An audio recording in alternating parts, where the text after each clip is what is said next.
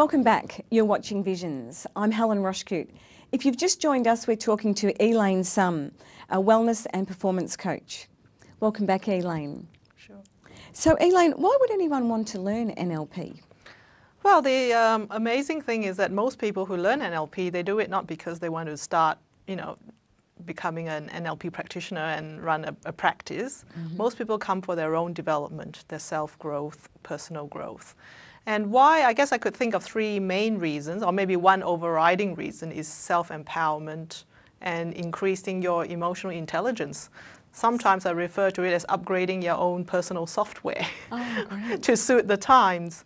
So NLP is really a model of communication. It helps you understand how others see the world differently from you, and in that sense you can then improve your communication, and your communication becomes more effective, which means you can influence and persuade better. And then this next important reason to do it is because you are able to understand human behavior better, that makes you a more effective leader. And that's in any field, whether you're a leader as a parent of your own family unit, or a leader in business, or a leader in education, like a teacher, in any field. Yes, yes.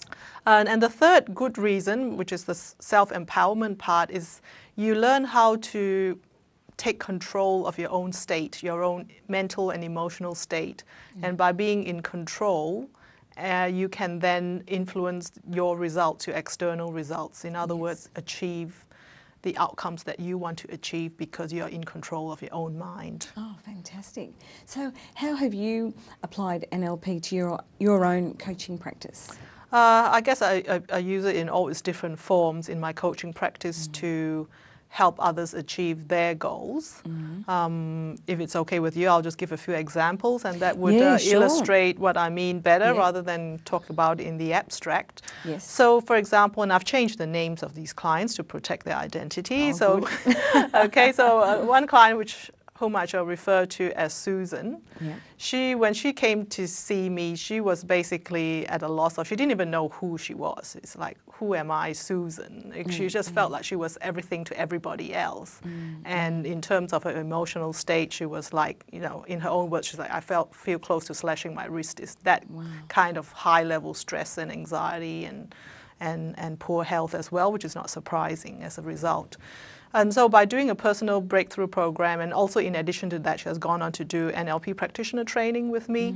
She's now in much better state, so she certainly knows who she is, what she wants, and she's taken steps to improve her life, both in her personal and her business life. Yes, yes. So she's a self-employed, so business owner as well. So she's certainly got a lot on her plate and just sorting through all that.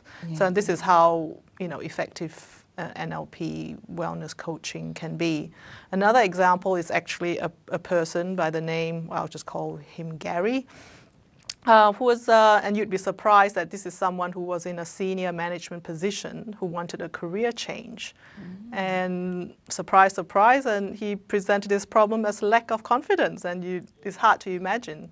And so using the techniques of NLP, he's been able to not only make his career change, but go to interviews effectively. And he clinched his dream job by the second interview that he had. And I only worked with him, I remember it was in December, shortly before Christmas. I tried to cram everything in. I think we had maybe 4 sessions together. Wow. Yes. In only 4 sessions? Yes. Fantastic. Yes, so those are the examples. Yeah. So Elaine, what is the process of NLP coaching and personal transformation? Well, I would break that down into 3 main steps. The first one is to know your outcome. And the second one is to remove the obstacles which are in your way. And the third is to take action. Now, all that sounds very common sense, which it is, but you'd be surprised how little people know about what they want. They can tell you, give you a long list of what they don't want, but they can't tell you what they want. And if you don't know where you're going, if you don't know your destination, even if you don't know how to get there, you're not going to get there. Yes, and then I guess my job is once they know, or help them, define where they want to go, then is to remove the obstacles, and which are usually in the form of negative emotions, unresolved negative emotions like anger, sadness, fear, guilt, that kind of thing, and limiting beliefs or about themselves, such as, oh, I'm too old to learn this, or I'm afraid of what other people think, and so on, which gets in the way. Yes. And after that, and those are the things we handle in session, if you like, in personal sessions, whether on the phone or in person. And the third step, which is to take action and maintain focus, is what they have to do outside of sessions. And they are just as important, if not more, than what we do in the sessions. Yes. So, and it's all three taken together, which gives the results that they want to, and they get to where they want to go. Yes, well, would you like to give us a demonstration of how to remove an obstacle that stops someone and prevents them from going forward in their lives? Sure, I'd love to. So, Yeah. Helen, would you mind being the demonstration Ooh, subject? goody. Yes, I'll do Okay, it. well, I'll introduce that. First of all, is I'll use a technique from timeline therapy to demonstrate how we let go of a negative emotion, say, and I'll pick anger. Yep. Now, Helen, I want you to choose something from the recent past, just a minor event, no big major stuff, Yep. where you experience mild anger. And can you think of an event which happened recently which you still feel mildly angry about when you remember it today? Certainly have. Okay, yes, good. I've got one. Yes. And would you know it when that anger's gone? Yeah, I would know that. Okay, Yeah. good. All right. Before we actually get into it, I'd like to elicit your timeline, which is how your unconscious mind, I guess, indexes your memories and can tell the difference between past and future, what's Yep. already happened and what hasn't happened yet. Yep.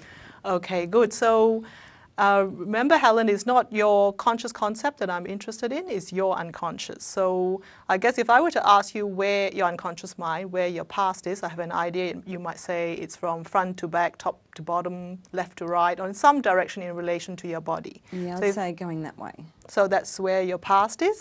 Good. And your future, where would you point? Yeah, Great. that way. And can you notice that the directions you've just pointed to imply a line? Yes. And so that's your timeline. So how Yep. you do it is perfect for you, and that's how you index your memories, and that's what we will play with. Oh, fantastic. Okay. Yeah. All right. So, Would you like to do a test drive on it? yeah. Okay.